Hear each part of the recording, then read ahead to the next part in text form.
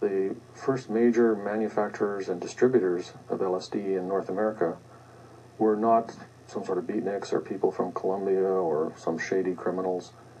The major manufacturer was Eli Lilly Company, who's the current manufacturer of Prozac.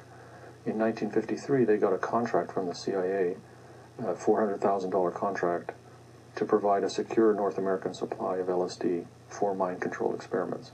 LSD was first used by psychiatrists and by CIA officers themselves, personally.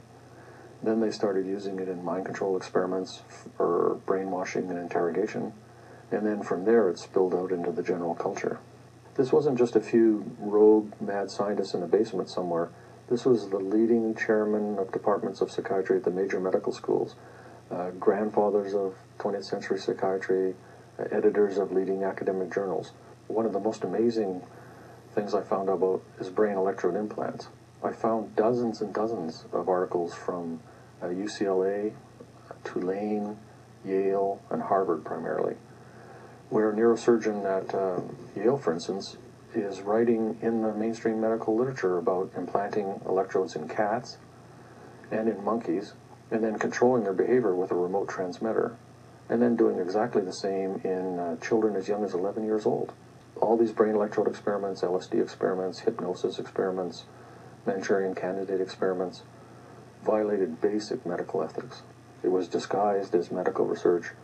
It was purely military, mind control, interrogation, brainwashing research.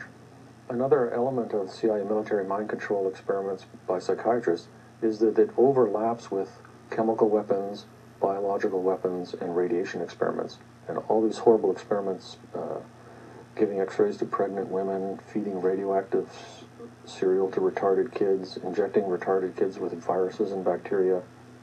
It's the same network of doctors who are doing it with the mind control. Many of the treatments in psychiatry are also used as methods of brainwashing and torture, not just in so-called third world countries or in dictatorships, but in North America. People we don't like politically and sociologically, we can identify them as mentally ill, and we can control their behavior. Military mind control experimentation is not in the past, it's in the present and the future.